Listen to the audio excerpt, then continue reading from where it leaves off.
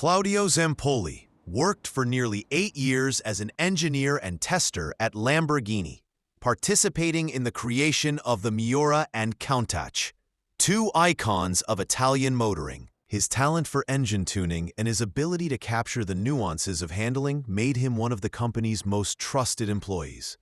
In the mid-1970s, he moved to Los Angeles, where he opened a specialized workshop servicing Italian supercars.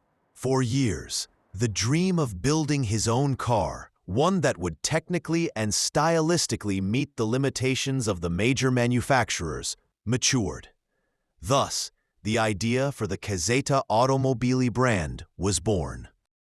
The Cizeta, a phonetic reading of the initials CZ, was intended from the outset to be distinctive in its design.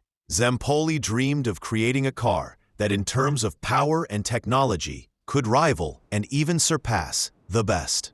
The project involved specialists known for their work on the Countach, bringing Zampoli's vision to life. To finance the project, Zampoli sold almost his entire collection of exotic cars, and Giorgio Moroder, a renowned composer of film and electronic music, provided significant support. Moroder became a co-owner of the company, and his name was incorporated into the full name of the first prototypes. The Cizeta entered the market at a time of generational change in supercars. The Ferrari F40, Porsche 959, and the aging Countach formed the last of the classic designs of the 1980s. Only the upcoming Diablo, Bugatti EB110, and Jaguar XJ220 heralded new standards. Against this backdrop, the planned 540 to 550 horsepower Cizeta, with its gargantuan V16 engine, seemed a class above. It combined brutal mechanics without electronics with an advanced frame structure, establishing it as a vehicle that bridged the gap between the old and new eras of supercars. The model was developed in near total secrecy, and the first images of the powerful engine did not appear until 1988.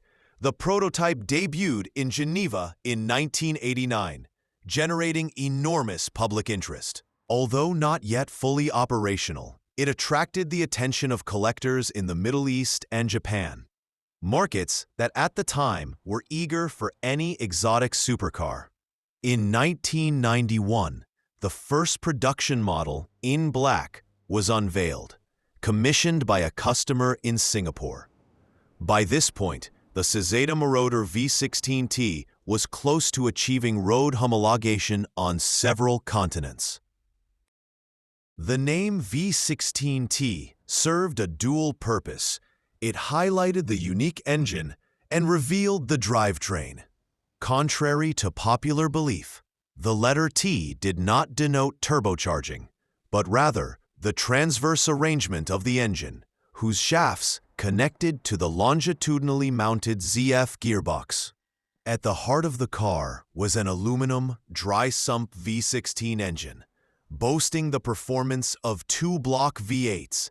Each bank had its own DOHC valve train, 32 valves, and a separate Bosch injection system. The car's enormous width stemmed from the transverse installation of this powerful engine, which could essentially power 2 different sports cars.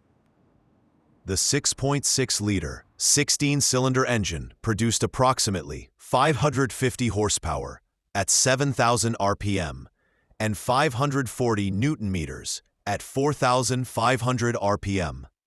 Its characteristics were more reminiscent of motorcycle engines than typical road cars, revving to 8,500 RPM. Despite weighing over 1,600 kilograms, the Cizeta was one of the most powerful cars of its time, though not the fastest. Acceleration to 100 kilometers per hour took about 4.5 seconds, and the top speed reached 325 kilometers per hour. The car lacked ABS or traction control, opting for full mechanical control and clean handling. The only driver comfort was power steering. Zampoli was a proponent of classic design solutions. Therefore, the V16T was based on a steel space frame made of chrome molybdenum tubing, ensuring rigidity and resistance to the loads generated by the gigantic engine. The suspension was based on double wishbones and Koni shock absorbers, with the double rear elements relocated closer to the center of the car. Braking was handled by 305mm ventilated Brembo discs with 4-piston calipers. The entire design was designed with high speeds and stability in mind, although wind tunnel testing was never conducted. The body was hand-sculpted from aluminum, except for a steel roof that provided structural rigidity. The cabin featured thick leather, aluminum, and sparse carbon fiber accents. The interior was minimalist, with analog dials and a system of indicator lights that changed color based on component condition. Zampoli believed that the driver needed simplicity, not digital fireworks. The car's style, wedge-shaped, sharp, and instantly recognizable, was developed by Marcello Gandini, the designer of the Miura, Countach, and Stratos. The Cizeta was originally designed as a follow-up to the Countach, rejected by Chrysler after its acquisition of Lamborghini. Production was carried out by hand in Modena, with the support of small specialized companies from Italy and neighboring countries. Expensive technology, the recession of the early 1990s, and a high final price led to the project's commercial failure. Approximately 10 examples were built, several of which ended up in the legendary collection of the Sultan of Brunei, including right-hand drive versions. A few unfinished cars remained with the manufacturer, and some were completed only years later, further cementing the model's elite status. Although the company virtually disappeared after 1995, Zampoli didn't abandon the project.